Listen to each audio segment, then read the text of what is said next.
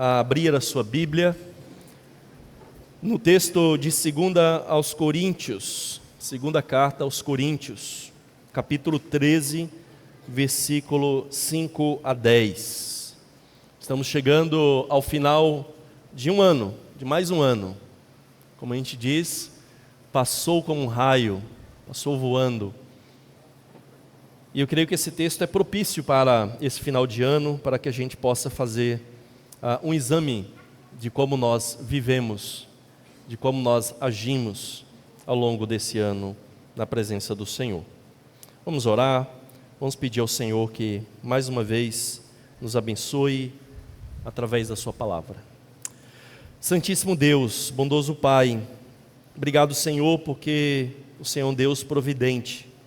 O Senhor cuida de nós, o Senhor não nos deixou órfãos, o Senhor não nos deixou sem instrução, mas o Senhor nos fala por meio da Tua palavra inspirada, e por meio dela o Senhor nos mostra mais e mais o nosso Redentor Jesus Cristo.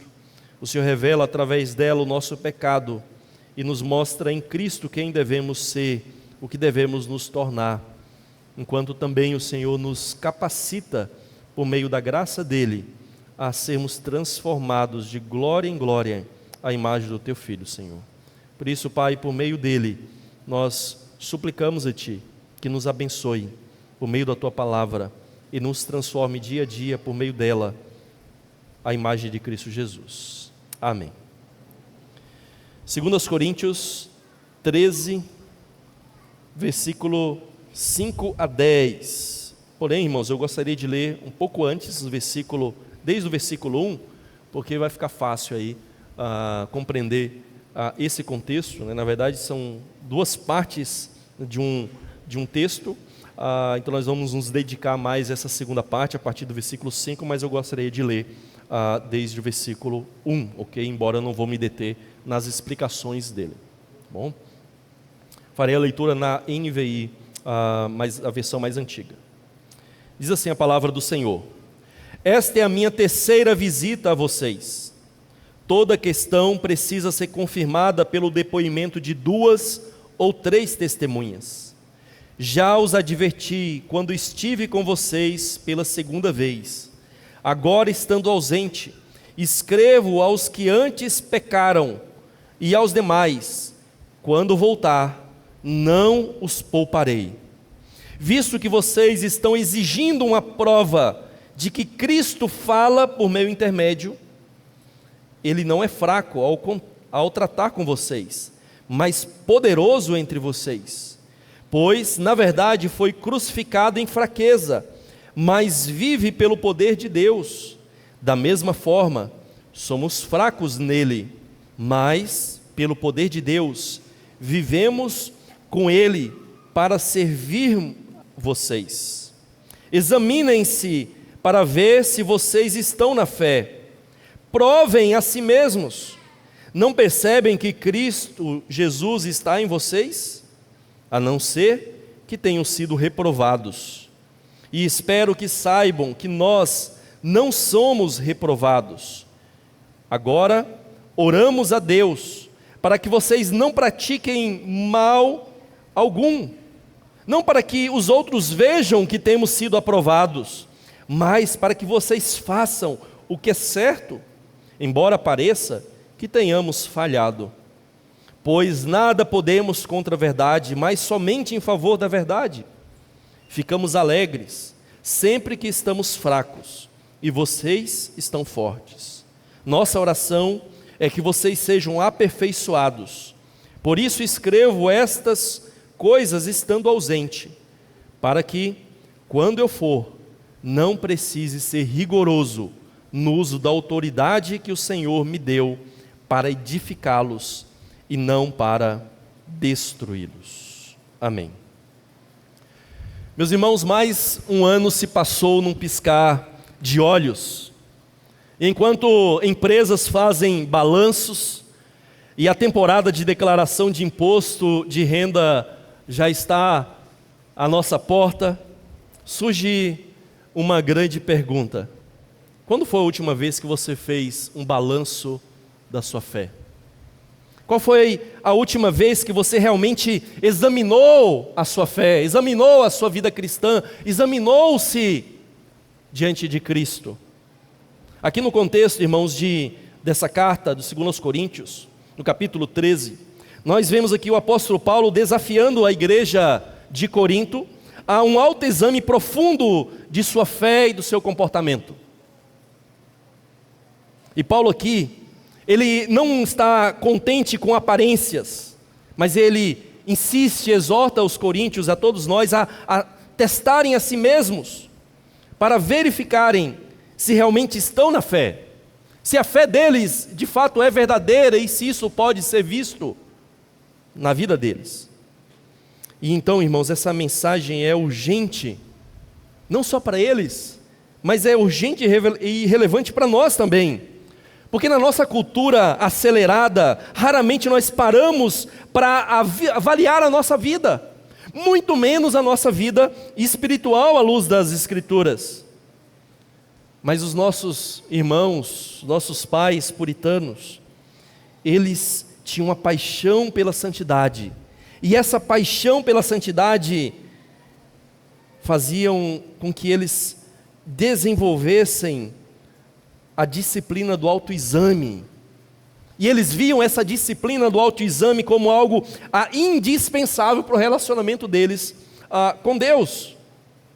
Então eles desenvolveram essa disciplina de se autoexaminarem para identificarem áreas de fraqueza, arrependimento e crescimento espiritual para si mesmos. O puritano William Seeker diz o seguinte: o autoexame é o caminho mais rápido para a perfeição. Matthew Mead, outro puritano, diz o seguinte: não há dever maior incumbido a um cristão do que frequentes provas de si mesmo e do seu estado na medida das verdades presentes. Quando a palavra do Senhor é falada e a verdade é revelada, então levá-la ao coração e provar nossos espíritos e condição por ela é um grande dever. Esse é o significado daquela passagem na segunda epístola aos Coríntios 13:5, examinai-vos a vós mesmos se estáis na fé. Um outro puritano, Richard Unwin, diz o seguinte: diga ao seu coração, como vai a minha alma? A minha alma prospera? Os meus caminhos são tais que agradam o Senhor? Qual é a minha expectativa e a minha esperança? Qual é o objetivo e o propósito da minha vida? Aí ele acrescenta: é para que Cristo seja engrandecido por mim e para que eu seja feito participante de sua santidade e mostre suas virtudes em minha geração. Veja, irmãos, então, que essas 3 citações de puritanos mostram para nós a importância desse autoexame. O autoexame é uma prática piedosa essencial para a nossa jornada com Cristo, para a nossa caminhada com Ele. Ele nos confronta com a verdade por meio do autoexame, expõe o pecado que ainda habita em nós e nos aponta para a santidade sustentada pela graça de Cristo e pelo poder do Espírito dele. Então o que poderia ser mais importante para nós do que parar e examinar como está a nossa fé? Isso não deveria só ser ao final do ano, deveria ser algo constante da nossa vida, deveria ser diário. Mas como a gente é imperfeito e nós sabemos, vamos aproveitar o final do ano, já que muitas pessoas fazem isso de maneira secular. Vamos fazer isso diante do Senhor e da palavra dEle, ao término de mais um ano, e vamos refletir sobre a necessidade desse exame à luz da palavra de Deus, para que possamos crescer em maturidade espiritual e comunhão com Cristo. É por isso que nós vamos examinar, vamos pensar sobre o tema, irmãos, examinando o próprio coração. E nós vamos refletir nesse texto da seguinte forma: primeiro nós vamos entender essa passagem aqui maior em seu contexto, e depois nós vamos nos deter na aplicação de algumas dessas verdades à nossa vida presente. Então eu peço que você coloque bem os seus olhos aí no texto das Escrituras, aí, a partir do versículo 5. Veja que o apóstolo Paulo inicia aí dando uma ordem: examinem-se a si mesmos, para ver se vocês estão na fé. Mas na verdade o texto grego ele tem uma ordem diferente do usual. De fato, em grego, diferentemente do português, as frases, as orações começam com o verbo. É por isso que muitas traduções mais literais dizem assim: disse Jesus. Mas em português seria Jesus disse, né? Aqui Paulo inverte a ordem e ele começa com: a si mesmo examinem-se. A si mesmo se examinem. E não só isso, mas na outra frase à frente ele vai dizer: provem-se a si mesmo. E em grego também ele inverte a ordem: e a si mesmo provem. E por que isso? Quando essa ordem é invertida, significa que o autor está querendo dar a ênfase para aquela palavra que ele colocou à frente, fora da ordem usual. Então veja que a grande ênfase do apóstolo Paulo para os coríntios é para que a si mesmos, e a gente vai ver nas nossas aplicações por que isso. Então o apóstolo Paulo diz para que eles a si mesmos se examinem, para ver se estão na fé, porque eles deveriam verificar se essa fé de fato era autêntica. Mas aqui não é que Paulo está duvidando necessariamente. A construção grega aqui é uma pergunta para provocar eles, mas Paulo já pressupõe a resposta positiva, que eles iriam dizer que sim. Quer seja porque de fato eles eram crentes e eles obviamente teriam que dizer: sim, estamos na fé. Nos examinamos e estamos na fé. Quer seja porque Paulo vê que eles eram prepotentes, então Paulo sabe que eles vão dizer que são crentes, que estão caminhando na fé. Mas o fato é que Paulo coloca uma pergunta para provocá-los à reflexão e provocar a nós mesmos. Aí ele diz o seguinte: não percebem que Cristo Jesus está em vocês? Por que ele diz isso?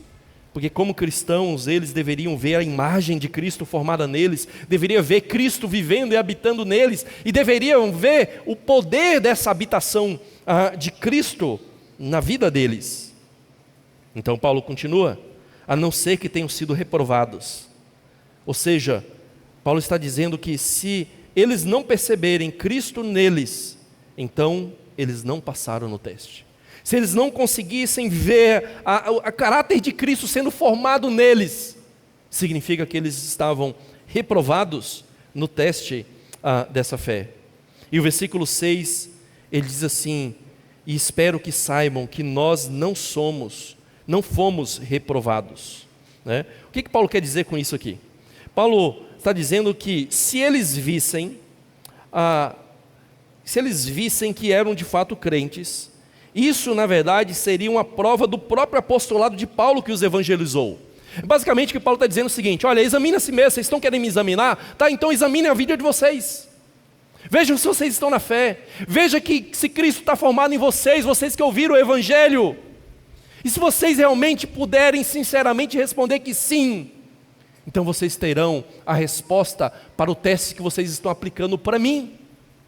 Porque foi eu que preguei o evangelho para vocês. E eu preguei um evangelho verdadeiro, não adulterado, não falso. E vocês creem nesse evangelho, então isso é prova de que o meu apostolado é verdadeiro.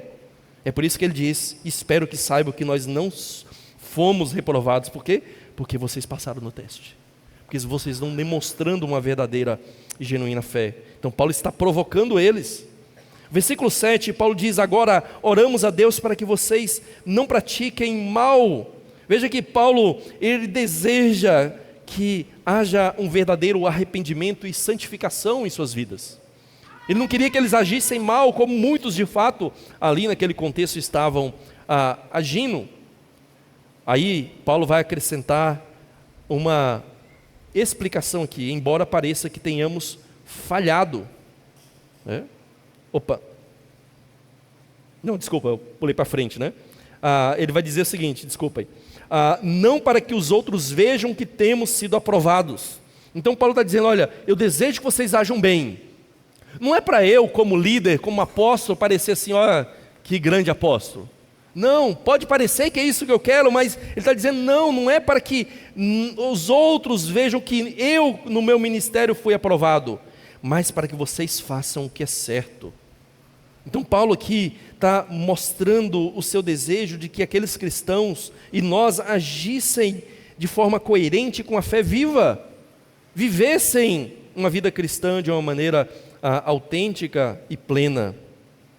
E ele então diz assim, que ele queria que eles viessem a fazer o que é certo, embora pareça que tenhamos falhado. Aqui novamente é importante entender que Paulo está lidando com pessoas que estavam questionando a sua autoridade, e ele está dizendo, eu vou ir e vou mostrar autoridade, julgando vocês. Mas aí Paulo então diz que ele ora para que eles não pratiquem o mal, mas façam o que é certo, mesmo que ao fazer isso, venha parecer que Paulo estava enganado, ou Paulo estava errado. Está vendo, Paulo, como é que você errou? Veja que a gente não está agindo, nós estamos fazendo tudo certo, não estamos agindo mal, você se enganou. E Paulo diz, tudo bem, eu prefiro que vocês façam o que é certo, mesmo que isso venha parecer que eu estou errado, que eu me enganei ao repreender vocês, o importante é que vocês façam o que é certo. Aí ele vai dizer, nada podemos contra a verdade, mas somente a favor da verdade. Ou seja, se eles agissem certo, o que Paulo poderia fazer contra eles? Nada, vocês estão agindo bem. E Paulo garante isso quando ele diz, ficamos alegres, sempre que estamos fracos e vocês estão fortes. Veja que Paulo está mostrando para eles que a vontade dele não é se sobressair, mostrar quem ele é. Na verdade eram eles que estavam exigindo algo de Paulo. Eles consideravam Paulo fraco, sem habilidade para liderar a igreja, sem habilidade para falar e para ensinar. E Paulo diz, mas é assim que Cristo é, pareceu-se fraco ao mundo, às pessoas, mas era poderoso. Assim também em Cristo nós parecemos fracos, mas somos poderosos nele. E então o apóstolo Paulo vai dizer assim, no versículo 10, por isso escrevo essas coisas, estando ausente, para que quando eu for, não precise ser rigoroso no uso da autoridade que o Senhor me deu para edificá-los, e não para destruí-los. Aqui Paulo está encerrando a sua exortação dizendo, eu estou adiantando isso para vocês, examinem-se, resolvam entre vocês mesmos os seus problemas, para que quando eu for presente, isso já tenha sido resolvido, e eu não precise ser rigoroso, mas eu possa desfrutar da companhia de vocês. E ele diz então que ele não queria ser rigoroso no uso da sua autoridade, e ele garante que a autoridade de Cristo foi dada primariamente para que ele edificasse. Aqui ele usa um contraste entre edificar e construir, não é? Então ele foi colocado primeiramente para quê? Para pregar o evangelho, para que pessoas se convertessem, fossem transformadas e fossem edificadas.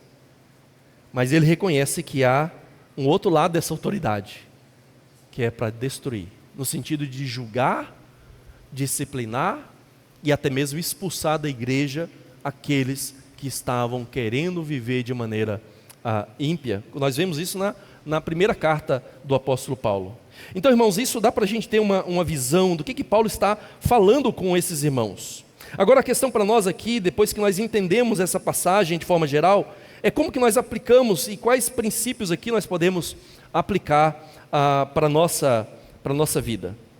E eu gostaria de destacar primeiramente essa necessidade do autoexame, que está bem óbvia aí no texto.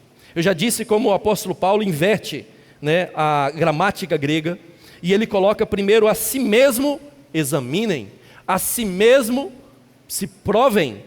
Isso é relevante por quê?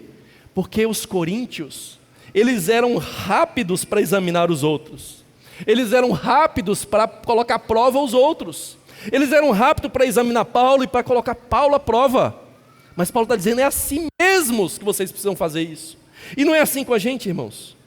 Nós não somos rápidos para avaliar as pessoas, avaliar os irmãos na igreja. Não somos rápidos. Somos rápidos para tentar provar e testar as pessoas, se elas são boas mesmo, se elas fazem as coisas como elas dizem que fazem. Nós somos apressados para julgar outros, para avaliar outros, para passar o outro debaixo da nossa régua. E a gente sempre sobe, como a gente diz, o sarrafo, né, lá no alto. Mas para a gente sempre desce o nível.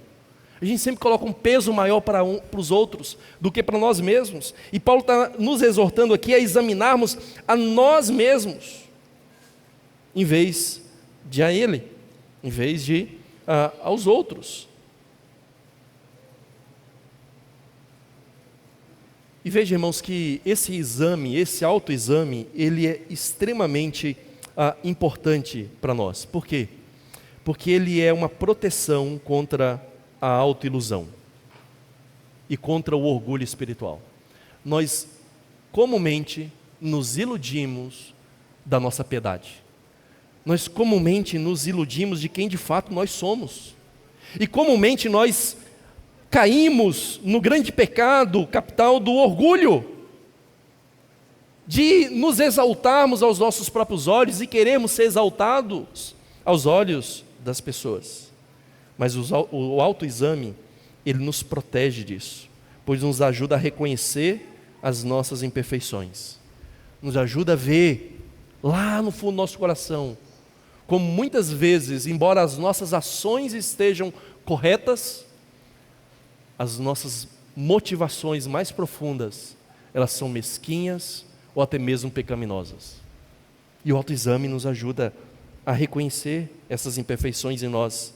E principalmente, não só olhar para as trevas, mas olhar para a necessidade de Cristo que nós temos. Veja que a necessidade de Cristo não é meramente, irmãos, de um bom exemplo para ser seguido, mas é de um Redentor que venha, que pague o nosso pecado e que transforme a nossa natureza desde o mais profundo dela. Porque infelizmente no meio cristão hoje o que parece de fato é que impera um liberalismo, onde Cristo é apenas um bom homem, um bom exemplo para você seguir. Principalmente um bom exemplo social. Mas não, Ele é o Redentor, Ele é Deus. E o seu problema não é meramente social, o seu problema é na sua natureza mais íntima, é no seu próprio coração, que precisa ser transformado. Mas o que significa esse autoexaminar-se? Esse autoprovar-se aqui?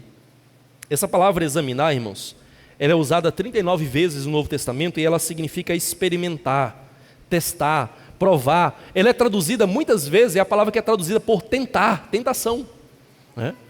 Então essa palavra ela significa realmente experimentar algo. Tentação ela tem uma conotação mais negativa, né? Então provar seria o mais adequado aqui, porque ela está querendo realmente testar e experimentar algo para ver se aquilo é bom, ou se aquilo está adequado, se aquilo está correto. E aqui ela é combinada com outra palavra, que muitas vezes a tradução parece ser a mesma coisa, que é literalmente aqui provar, e também a alternativa aqui reprovar, né? Que é a mesma raiz, apenas colocando um negativo. E o que Paulo está colocando para nós então? É que nós precisamos olhar atentamente para nós mesmos, para o nosso coração e para as atitudes que brotam desse coração, e precisamos experimentar e ver se realmente o nosso coração está num estado adequado, e precisamos passar ele pela prova para ver se somos aprovados. Um outro puritano, Henry Scudder, ele diz o seguinte: nada é mais comum do que as pessoas serem diferentes do que julgam ser realmente. Pois o espírito de cada um, na medida em que é pecaminoso, tende a dar um falso testemunho de si mesmo. Davi disse que era separado de Deus, quando não estava. Os laodicenses pensavam estar em um bom estado, mas Cristo disse que eram desgraçados e miseráveis. Agora, para que você não erre nesse ponto tão importante, deve usar todos os bons meios para ter o seu julgamento devidamente informado, e então estar disposto a julgar a si mesmo como realmente é, e julgar a sua paz com Deus conforme ela realmente está. Eu disse que a Santa Escritura deve ser o seu guia ao julgar o que você deve ser e o que você é. Nós erramos na nossa autoavaliação.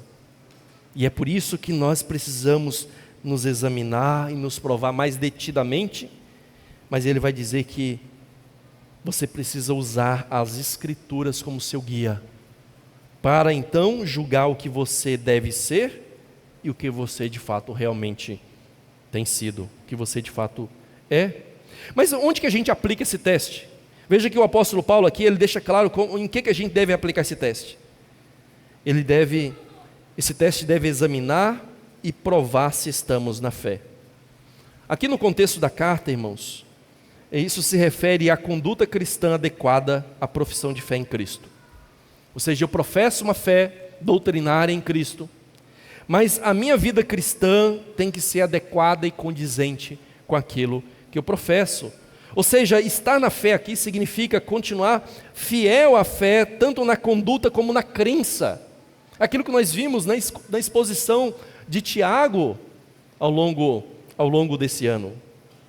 E aqui, quando o apóstolo Paulo faz uma pergunta, ele faz essa pergunta retórica para eles, não é porque ele está de fato duvidando, mas ele espera que eles, ao se examinarem, possam ver Cristo vivendo neles. Então a implicação disso, irmãos, para nós, é que nós devemos continuar sendo fiéis à fé professada e mostrando isso no nosso dia a dia, no nosso comportamento, especialmente no contexto aqui da carta, no nosso comportamento uns com os outros, na nossa atitude comunitária. Então, se o status cristão deles é verdadeiro, eles deveriam concluir que o apóstolo Paulo também é, porque eles chegaram à fé por meio do próprio apostolado dele. É isso que o apóstolo Paulo esperava que eles fizessem. Agora, ao examinarem a fé, eles vissem uma fé autêntica, verdadeira, que chegou até eles por meio do apóstolo Paulo, em que então eles deveriam viver em comunhão. Mas não só isso, o apóstolo Paulo diz que, ao examinar a fé, eles deveriam também reconhecer que Cristo estava neles. Ou seja, precisamos examinar e comprovar que Cristo está em nós. Nós fomos formados à imagem de Deus, mas o pecado deformou essa imagem. E Cristo, irmãos, foi enviado como a imagem perfeita do Deus invisível. E nós fomos, diz o apóstolo Paulo em Romanos 8, nós somos predestinados para ser conforme a imagem de Cristo. Então um grande propósito dele é pegar nós que temos essa imagem agora deformada dele e nos submeter à forja dele, para que possamos ser moldados e transformados à imagem de Cristo. Então o apóstolo Paulo diz que eles deveriam olhar para si mesmos e deveriam ser capazes de já ver essa presença de Cristo neles, no caráter deles, moldando a eles, transformando a eles, mostrando constantemente o pecado e as necessidades que eles tinham de Cristo. A questão é, nós podemos olhar para nós e podemos ver Cristo em nós? Será que as pessoas veem Cristo em nós? Nós muitas vezes já assumimos que sim, mas será que elas de fato veem? Você consegue ver o caráter de Cristo? Se você fosse perguntado quais virtudes de Cristo você vê na sua vida, você seria capaz de enumerar algumas? Você seria capaz de ver realmente que a sua profissão de fé em Cristo, ela não é apenas de boca, mas é de coração, ela transformou de fato a sua vida? Não estou falando de perfeição, ninguém está falando de perfeição. Nós estamos falando realmente de ver mudança na sua vida. Um puritano, Christopher Love, ele diz o seguinte: quais são os apetites que mais você persegue? Quais são os desejos? Alguns homens, diz ele, se conseguem apenas alimentar o estômago, vestir os seus lombos, manter o seu comércio e cobrar suas dívidas, já se sentem realizados e nada temem no mundo. Se você é alguém que vive apenas uma vida natural, você vive assim. Portanto, considere, você tem vivido por 10, 20, 40 anos, mas o que você faz para nutrir essa vida de graça? O que você faz para nutrir a sua vida de graça? como você faz com o seu trabalho, como você faz com as outras coisas na sociedade? Que esforços você emprega para examinar o seu espírito, para que uma invasão e incursão do pecado não se abate sobre você? Que esforços você emprega para aproveitar as ordenanças, ou seja, os sacramentos, para que ao sugar tudo dos seios do Evangelho, essa vida espiritual cresça mais forte em você? Você não faz isso. Se você não faz isso, desculpem, não tem vida espiritual em você. Nem pode dizer que Jesus Cristo é a sua vida. É forte, né, irmãos? Forte. Isso é forte para nós porque a gente desce a régua para nós, mas a gente sobe para os outros.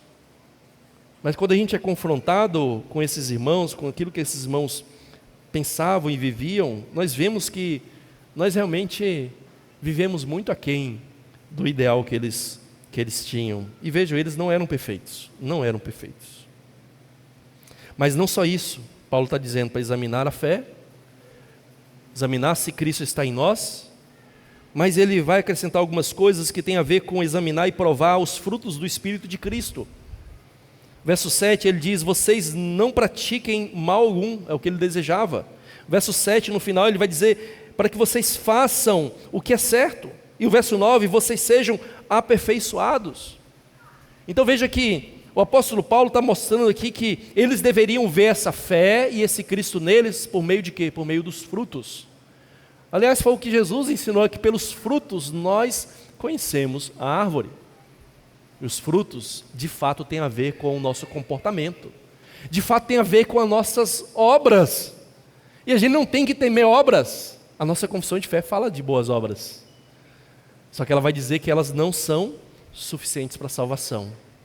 Mas elas são sinais de uma verdadeira fé, de uma genuína fé. E o que Paulo está desejando deles é isso. E está desejando de nós também. Que não pratiquemos mal algum, que façamos o que é certo, que sejamos aperfeiçoados. Ralph Venning diz o seguinte: devemos considerar seriamente duas coisas: o pecado de nossa natureza e a natureza de nosso pecado. O pecado de nossa natureza e a natureza do nosso pecado. Em outras palavras, considere o quão pecaminoso você é. Examine, veja, você é pecaminoso, você é pecador, você nasceu corrompido pelo pecado, escravo do pecado. Essa é a sua natureza, é o pecado da sua natureza.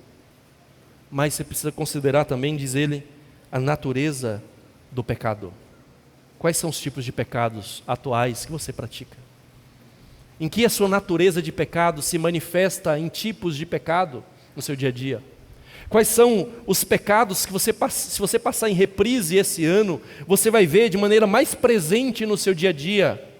Você vai ver na sua casa desde que você acorda, você vai ver quando você sai para trabalhar no trânsito, você vai ver quando você chega no trabalho, quando você chega na escola, quando você chega na universidade, quando você chega na igreja, quando você sai da igreja, quando você volta para casa. Quais são os pecados que são presentes? Qual a natureza do seu pecado? Quais são as áreas que você precisa de transformação, que você precisa realmente remover essas obras da carne e colocar no lugar esse fruto do Espírito de Cristo? Jonathan Edwards, já no final ali do período puritano, alguns nem colocam ele de fato como puritano, eu prefiro colocar. Ele diz o seguinte: devemos considerar isso como de suma importância para nós, saber em que estado estamos, se já houve alguma mudança em nossos corações do pecado para a santidade, ou se ainda estamos no fel da amargura e no laço da iniquidade, se o pecado foi verdadeiramente mortificado em nós, e se não vivemos no pecado da incredulidade e do rejeitar o Salvador. Isso é o que o apóstolo Paulo insiste com os coríntios: examinai-vos a vós mesmos se estáis na fé, provai-vos a vós mesmos. Não sabeis quanto a vós mesmos que Cristo está em vós, senão é que estáis reprovados.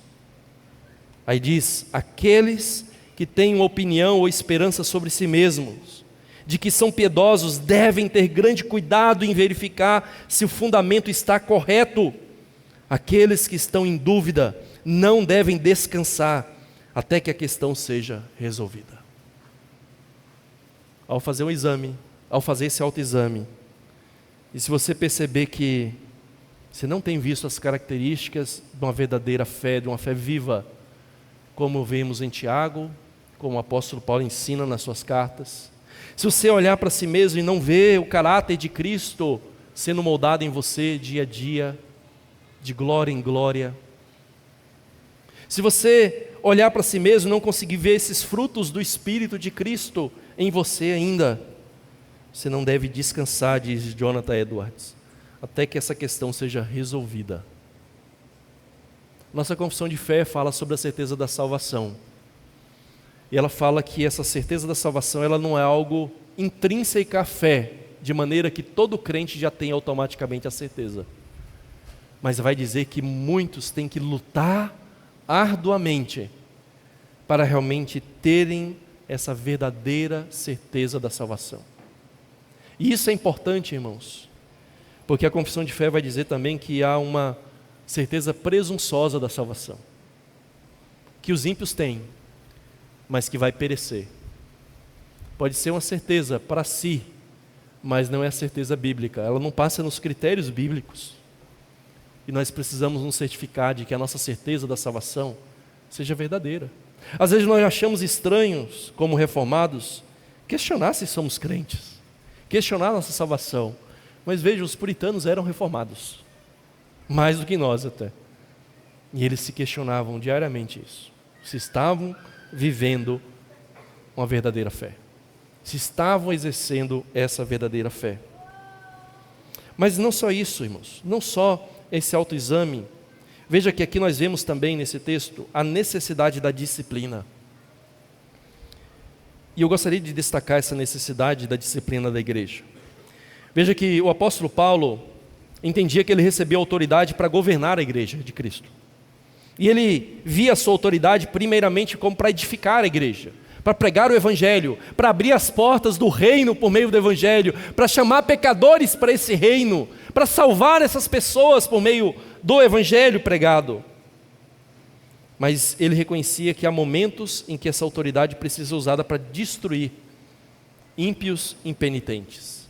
E havia esses lá na igreja de Corinto.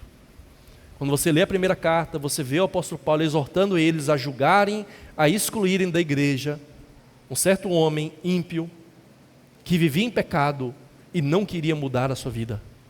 Mas aqui na segunda carta, se você ler novamente, você vai ver que provavelmente aquele homem ímpio lá, depois de ser julgado pela igreja, disciplinado pela igreja, quem sabe excluído da igreja, Paulo agora diz, agora acolham ele, que ele está quebrantado, ele está arrependido.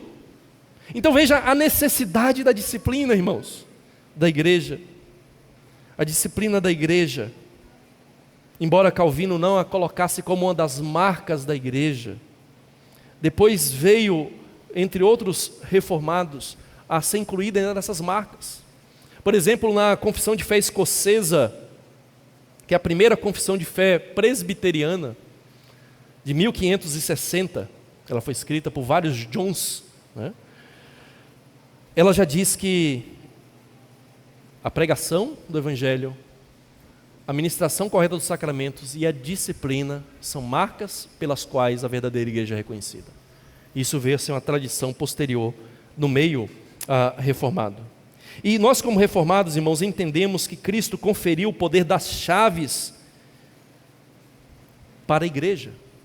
E essas chaves que Cristo dá ali aos apóstolos não é exclusivamente para os apóstolos, nem mesmo para Pedro, como às vezes é ensinado por aí. Não, é para a igreja. E essas chaves, elas não foram dadas só para eles, mas ela continua em exercício hoje. E isso tem a ver com a disciplina.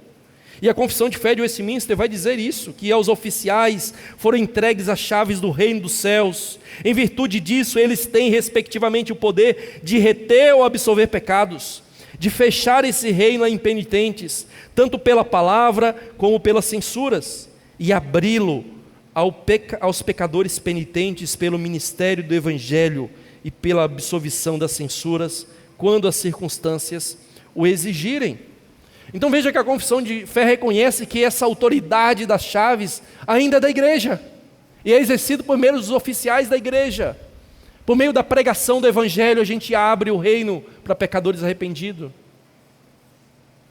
Mas quando esses pecadores se recusam a se arrepender, ou quando aqueles que manifestaram a profissão de fé em Cristo começam a viver de uma maneira contradizente com a sua fé cristã, eles precisam ser exortados, precisam ser chamados, precisam ser disciplinados, e em muitos casos precisam ser excluídos, porque não estão demonstrando mais marcas de um verdadeiro cristão. Aí a confissão de fé, ela vai dizer que essa disciplina, ela é necessária para chamar e ganhar para Cristo irmãos ofensores, para impedir que outros pratiquem ofensas semelhantes, para purgar o velho fermento que poderia corromper a massa inteira, para vindicar a honra de Cristo e a santa profissão do Evangelho, e para evitar que a ira de Deus com justiça possa cair sobre a igreja, se ela permitir que o pacto e os seus selos sejam profanados por ofensores notórios e obstinados. Veja só, irmãos, se nós praticássemos pessoalmente esse autoexame das nossas vidas, esse arrependimento segundo o Evangelho, essa disciplina seria desnecessária, seria? Se cada crente na igreja constantemente se colocasse diante do Senhor, da palavra dele como critério, se examinassem, não havia necessidade de disciplina da igreja, porque você reconheceria o seu pecado, se quebrantaria diante do Senhor, você procuraria agora viver debaixo da graça dele, e transformado por ele, viver uma nova vida e crescer a imagem dele. Mas é porque muitas vezes nós falhamos em examinar nós mesmos, é que nós nos entregamos a pecado, à escravidão do pecado, e muitas vezes precisamos da disciplina exercida pelas autoridades da igreja, e às vezes até mesmo a disciplina de ser excluído da igreja, até que mostre um verdadeiro arrependimento, e volte a professar uma fé genuína em Cristo, em Cristo. O fato, irmãos, é que muitas vezes nós não fazemos esse dever de casa, e nós precisamos de outros irmãos para nos exortar. Tem um puritano, Scudder, ele diz assim: você consegue suportar que a sua alma seja desvendada e o seu pecado amado seja ferido por um ministro zeloso, aprovando tal ministério e estimando ainda mais esse ministro? E você, como Davi, deseja que o justo o repreenda e teria um ouvido obediente a um sábio repreendedor? Você seria assim, como esse puritano diz? Se um irmão, um oficial da igreja chega para repreender o seu pecado, como que você recebe isso? Como que você recebe essa disciplina? Porque isso é um ato de disciplina. Você aceita ser ferido por esse irmão que mostra o seu pecado, que faz aquilo que você deveria ter feito, examinado a sua vida diante da palavra de Deus? Você estima ainda mais esse irmão, porque esse irmão teve atitude amorosa de vir falar com você, de exortar e mostrar que você não tem olhado para a sua própria vida, para a sua própria alma, mas tem vivido de uma maneira ímpia, uma maneira que desonra o nome do Senhor. O fato, irmãos, é que quando nós não nos examinamos a nós mesmos, nós nos colocamos em grande risco. E a disciplina exercida pelos oficiais da igreja é um remédio para isso. É algo que Cristo instituiu. Então, se acontecer com você, aceite disciplina. Mas o que eu quero de todos nós é que antes disso chegar, que a gente haja de maneira preventiva. A gente faça esse autoexame da nossa própria vida, das nossas próprias atitudes, e cheguemos à constatação daquilo que precisa ser mudado. Irmãos, para encerrarmos, assim como um contador analisa os livros de uma empresa para verificar se a sua saúde financeira está ok, nós cristãos também precisamos fazer um balanço constante da nossa vida espiritual. Quais são os seus ativos espirituais?